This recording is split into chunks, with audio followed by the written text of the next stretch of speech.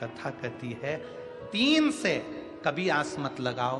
पहला, अपने माँ बाप से ज्यादा चीज की आस मत लगाओ। उन्होंने काबिल बना दिया, अब बाबा से विनती करो, बाबा हमें माँ बाप का नहीं चाहिए, हमारे भाग्य का देना, हमारी मेहनत का देना।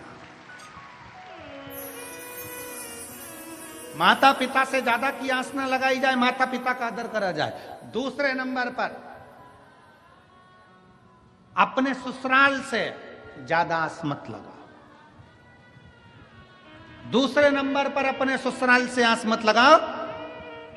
उस बाप ने, उस मां ने अपनी बेटी को पढ़ा लिखा कर, अपनी बेटी को काबिल बनाकर, अपनी बेटी को पढ़ा लिखा कर काबिल बनाकर तुम्हारे लायक कर दिया, और अपनी जिंदगी की दौलत जिसने अपनी बेटी को पढ़ा लिखा कर काबिल बनाया, उसने तुम्हारे साथ विवाह कर दिया। और उस ससुराल वालों से तुम गाड़ी की आस कर रहे हो, अंगूठी की आस कर रहे हो, फ्लैट की आस कर रहे हो, सोने की चेन की आस कर रहे हो, विदाई में घड़ी और सोफा सेट की आस कर रहे हो।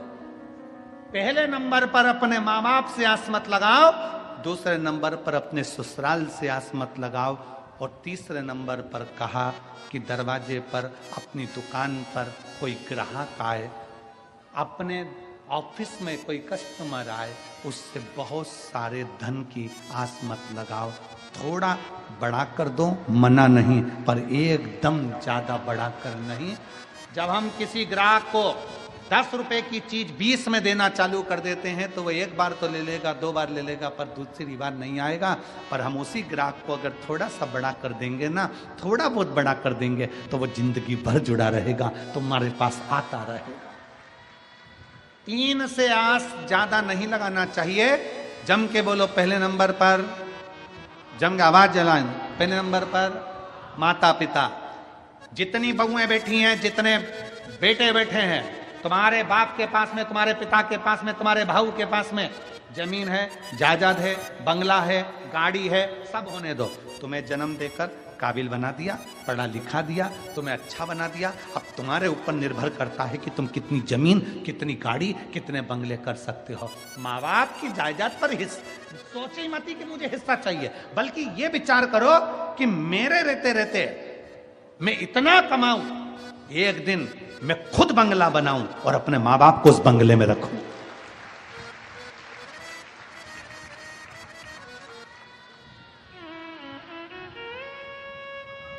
पर हम उल्टे हैं। प्रत्येक बहू की आस रहती है, मेरी सास तो वो छोटी देवरानी को सब दिए जा रही, सब दिए जा रही, मेरी सास तो वो जेठानी को सब दिए जा रही, मेरी सास तो वो जेठानी को सब दिए जा रही, मुझे कुछ नहीं दे रही। क्यों आस लगा कर बैठी है? बाबा ने तेरे को अच्छा पति दिया है ना, उस सास ने अच्छा बेटा दिया है ना तुझको, खूब आशीर्वाद दिया है ना तुझको, बहुत। अब ये विचार कर, मुझे सास का धन नहीं, मुझे ससुर की दौलत नहीं, ये विचार कर भोलेनाथ जी को जल चढ़ाते समय कहे कि मेरे पति का हाथ पकड़ना भोलेनाथ, और मुझे सास ससुर की दौलत नहीं, मेरे पति के बल की दौलत होना चाहिए, मेरे बेटों के बल की दौलत होना चाहिए। और वो दौलत हो कि एक दिन में मकान बनाकर, बंगला बनाकर, फार्म हाउस बनाकर, जमीन जायदाद कर कर, एक दिन में दुकान बनाकर अपने घर के बुजुर्ग पिता को और माता को उनके मरने से पहले उनको भी दिखाऊं कि पापा, बाबूजी देखो मैंने ये बंगला बनाया है, देखो ये घर बनाया है। माँ बाप तुमसे धन नहीं लेंगे, पर माँ बाप इतने खुश हो जाएंगे कि मेरे जीते जी मेरा बेटा अपना काम करने लगा, आगे बढ़ने लगा, उन्नति की ओर चलने लगा। अब बहुओं की सोच बनी हुई है कि हमारी सास हमें अंगूठी देगी, हमारी सास हमें चेन देगी, हमारी सास हमको साड़ी दिलाएगी, हमारी सास लीला कर देगी। बहुओं को चाहिए सास साड़ी दिलाए, ये आस मत रखो। बहुओं को चाहिए कि हे माँ जगजननी जगदम्बा दुर्गा भवानी, ऐसी कृपा करना, मेरा ऐसा अखंड सौभाग्य रखना कि मैं अपनी सास को भी साड़ी अखंड सौभाग्य के साथ दिलाती रहूं। मैं किसी से लूं वो आस नहीं, मैं किसी को दूं शिव महापुराण की कथा में क्या होता है?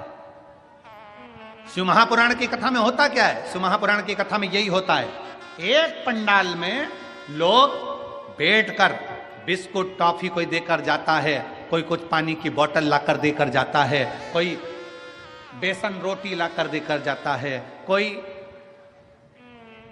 भोजन लाकर देकर जाता है, खा लेते हैं। अगली कथा 2-3 कथा के बाद 3 महीने निकलते हैं, बाबा ऐसी कृपा कर देता है कि तुम्हें इस लायक बना देता है कि तुम दूसरे को खिलाना प्रारंभ कर देते हो।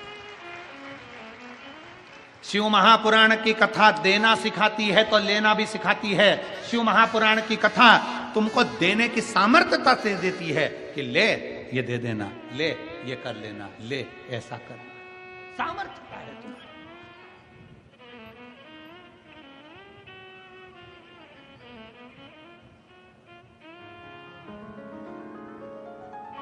तुम्हारी सामर्थ्यता है।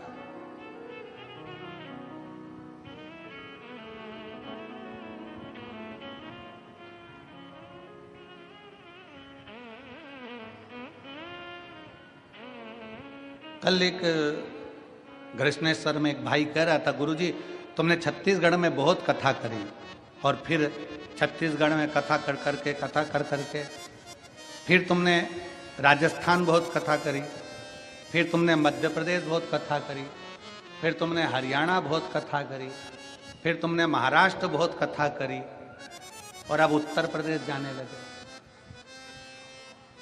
अब ये जितनी जगह करी उतनी जगह असर भी दिखा है कथा का। जितनी जगह